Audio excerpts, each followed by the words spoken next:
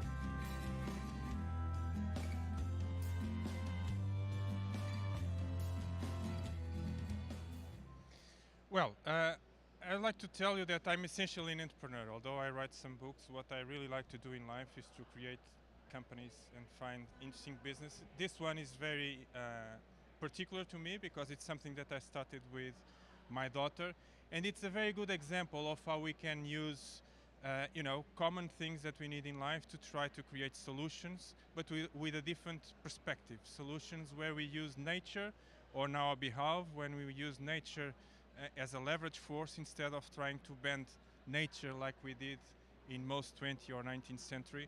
And we need to change, otherwise we will lose it and it will be too late to change. If you look back into the past, we will see that there are many solutions, and we didn't invent the whole thing in the 20th century. This is an example, I don't know if you know, it's a palace in Kyoto.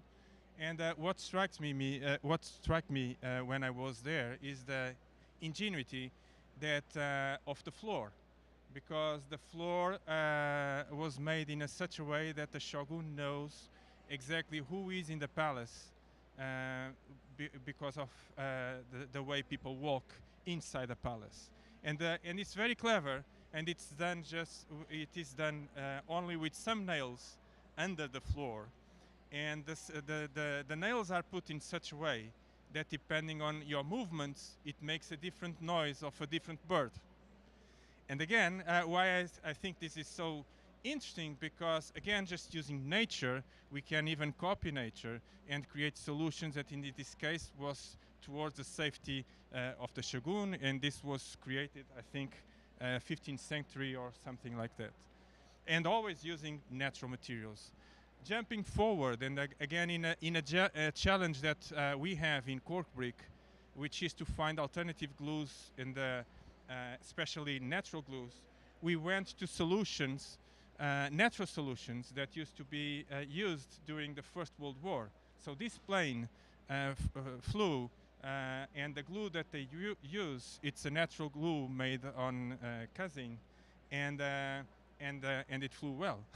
So again, it's a good example of going back to history. Maybe we find lots of ideas to add our technology and to create something new that will make a difference in what we are doing. This is another great example. We all know this is Dubai.